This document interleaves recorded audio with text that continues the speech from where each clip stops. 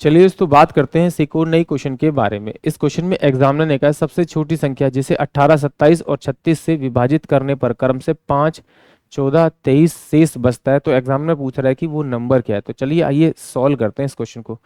इस क्वेश्चन के करने के दो तरीके, एक तो है आप ऑप्शन की मदद से कर लीजिए, क्योंकि एग्जामिनर ने पूछा कि सबसे छोटी संख्या, तो इसका मतलब है कि उस छोटी संख्या को अगर मैं 18, 27 और 36 से भाग करूंगा तो ये मेरे पास में शेषफल बचने चाहिए।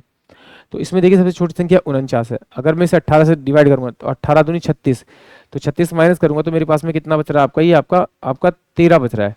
जबकि शेषफल कितना बचना चाहिए, 5 बचना चाहिए। तो इसका मतलब ये तो मेरा इसका आंसर हो नहीं सकता। इसके बाद छोटा भी मेरे पास ये है, तो 18 दूनी 36, 18 18 चौक 72, 72, तो ये 5 बचेगा, यानी कि इसका आंसर हो सकता है।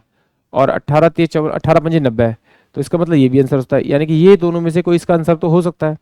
ये इन दोनों से छोटा है, तो पहले इन्हीं को चेक करेंगे। अब क्या करेंगे, हम 36 से भाग करेंगे, तो 36 दूनी 72, यानी कितना आ रहा है आपका, आपका 2 आ रहा है। तो ये इसका आंसर हो ही नहीं सकता, ये वाला भी इसका आंसर नहीं हो सकता, ये भी नहीं हो सकता आपका आंसर।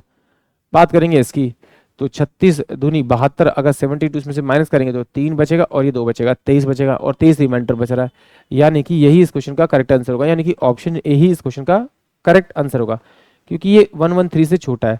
तो यानी कि ऑप्शन ए जो होगा वो इस क्वेश्चन के लिए करेक्ट होगा। नहीं करना तो फिर सिंपल सी बात, अपना बेसिक तरीका यूज करते हैं।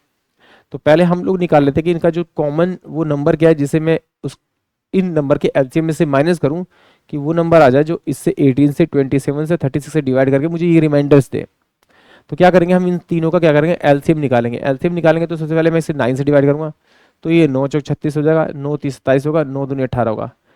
एलसीएम में फिर मेरा पास 4 इसके अंदर आ जाएगा और ये 3 ही आ जाएगा का, तो 12 निम्मा 108 आएगा। 108 में से अगर मैं इनका डिफरेंस यानी 18 माइनस का 5 करूँ तो मेरे पास 13 डिफरेंस आ रहा है। 27 माइनस का 14 करूँ तो डबल डिफरेंस मेरे पास 13 आ रहा है। 36 माइनस का 23 करूँ तो भी डिफरेंस मेरे पास 13 आ रहा है। यानी कि इसमें से अगर 13 नंबर में अगर इसमें से माइनस कर दूंगा तो मुझे वो नंबर पता लग जाएगा जिसको डिवाइड करने पर हर दिशा में क्या आएगा आपका, वही रिमाइंडर रहेगा।